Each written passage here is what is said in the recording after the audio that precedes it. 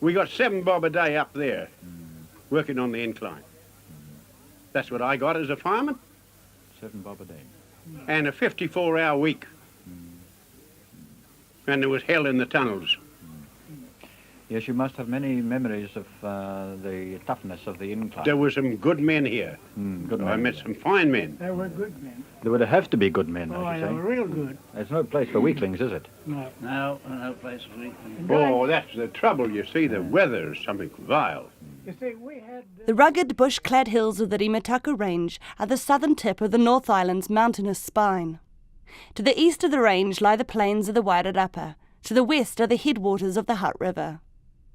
The Remutaka Range served as a natural boundary between Māori tribes. Ngati Kahungunu settled on the eastern side, while Te Atiawa and other tribes settled on the west. In the 1840s, the first European settlers found the Remutaka Range such an impediment that they preferred to drive sheep around the rugged shoreline between Wellington Harbour and the Wairarapa. But even this route was challenging, especially at the Mokumuka Rocks, where drovers had to drive their stock at low tide to avoid losing it in the surf. As the settlement of Wellington grew, flat land suitable for agriculture became scarce. The settlers looked to the Wairarapa as an area to populate, but access was blocked by the formidable Remutaka Range. During the 1870s, a railway was built across the range. The gradient on the Hutt Valley side is relatively gentle, but the Wairarapa side is much steeper. The railway required special locomotives known as Fell engines, named after their inventor, Englishman John Fell. To make the steep ascent up the range, 4 horizontal wheels locked onto a centre rail raised above the other 2 rails.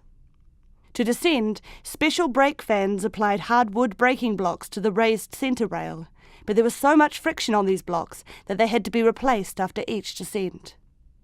The Fell engines were a great success on the Remutaka Incline, as it came to be known.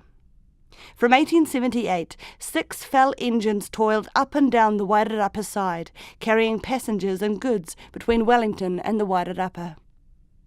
The other great challenge for the railway was the strong winds which regularly blow across the Remutaka Range. In 1880, gale-force northwesterly winds blew a train off the rails. Several of the train's carriages tumbled down a steep slope, causing 3 deaths. As a result, massive timber windbreaks were built on either side of the track.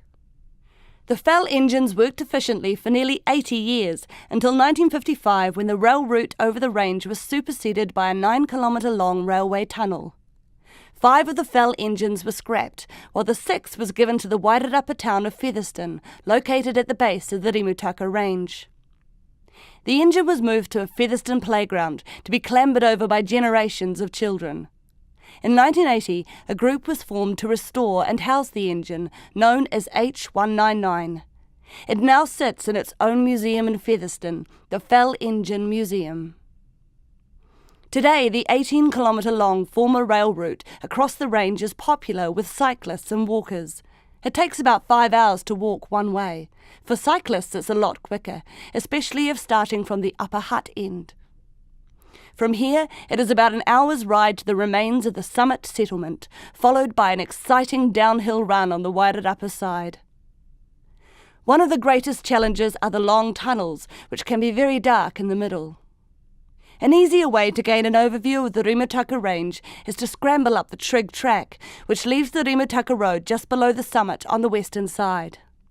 A 20-minute walk leads to a rocky promontory where you can see much of the Wairarapa, as well as the adjacent Tararua Range.